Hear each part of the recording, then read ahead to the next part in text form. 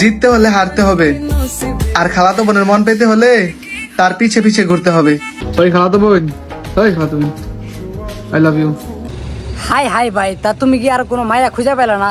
তা শেষ পর্যন্ত খালাতো বোনের প্রেমে পড়লা? খালাতো বোনকে পছন্দ করি। তা এখন আবার এটা কি করছো? তা খালাতো বোনের সাথে প্রেম করার জন্য কিন্তু তোমার হুজুরের পাশে চলে গেছো। তা হুজুর তো বলবোই। বোনের সাথে প্রেম করার জন্য এতই চেষ্টা করতেছি, এই খালাতো বোন পটে না রে। আরে ভাই অস্থির হয় না, কারণ ওটা তো খালাতো বোন তোমার, তা তো একটু তো সময় লাগবেই। ও তো অস্থির হয় না, বইটা কিন্তু যাবই। ওই খালাতো বোন, ওই খালাতো বোন, আই লাভ ইউ। ওই দেখ গাইস গোষ্ঠী মারছে, ওই আবার বলে আই লাভ ইউ। তা একটা কথায়, তা এই ভিডিওগুলো কি তার মা বাবা কিন্তু দেখে না? না তার মা বাবা আঙুর মতো মজা নেয়? গাইস, আমার পিছনে হচ্ছে আমার প্রিয় খাবার। এই যে এটা আমি ছোট থেকে খাইতে খাইতে বড় হয়েছে, আমি এখনো খাই, প্রতিদিন খাই। তা ওটা কিন্তু তোমাকে কিন্তু দেখে কিন্তু বোঝা গেছে যে তুমি ভাত খায় খায় কিন্তু বড় হয়েছো, তার জন্য কিন্তু তোমার আপেল গুলো অনেক বড় বড়। তুমি ভাইরাল হওয়ার জন্য কি কি করতে পারো? আমার মনে করেন ভিডিওতে ভিউ যদি না থাকে, ভিউ ললে গালে গিয়া ওপার বাংলায় যে সানি লিওনের লইয়ামু ইন্টারভিউ লইয়ামু। তা ভাই শুনছনি কথাটা, ওই কিন্তু ভাইরাল হওয়ার জন্য কিন্তু সানি লিওনের সাথে যাই কিন্তু ইন্টারভিউ নিয়ে আসবো। তা তোমার কাছে কিন্তু একটা ভালো উপায় আছে, সেটা আমি তোমাকে বলে দিতেছি।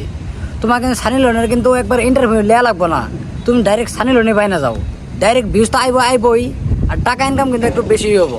এরকম ফালতু কথা তো জীবনে শুনি। আরে কাকা, এগুলো ফালতু কথা না, এগুলো কিন্তু একবার সত্য কথা। আমার প্রতি মাসে মেকআপ খরচই 5 লাখ যায় ভাই। গাইস গোষ্ঠী মারছে, এর কিন্তু মেকআপের দামে কিন্তু 5 লাখ টাকা। তা আপু, তা তোমার চেহারা এত কালা কে?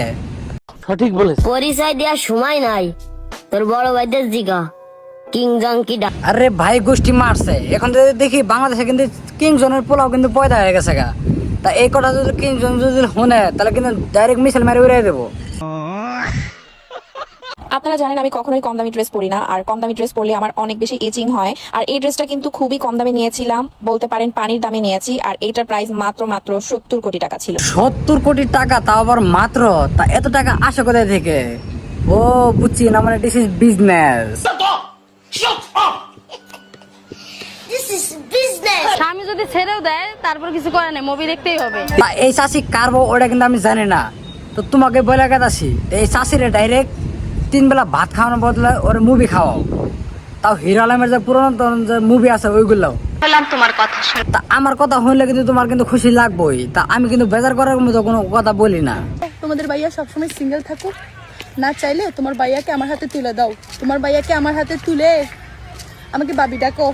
আরে আমার ভাইয়া পরে, কারণ আমার ভাইয়ার কিন্তু বিয়ে হয়ে গেছে। আর তা তুমি যদি রাজি থাকো তাহলে বলে দাও, কারণ আমি কিন্তু 18 বছর ধরে সিঙ্গেল, আমি কিন্তু একবার রাজি আছি।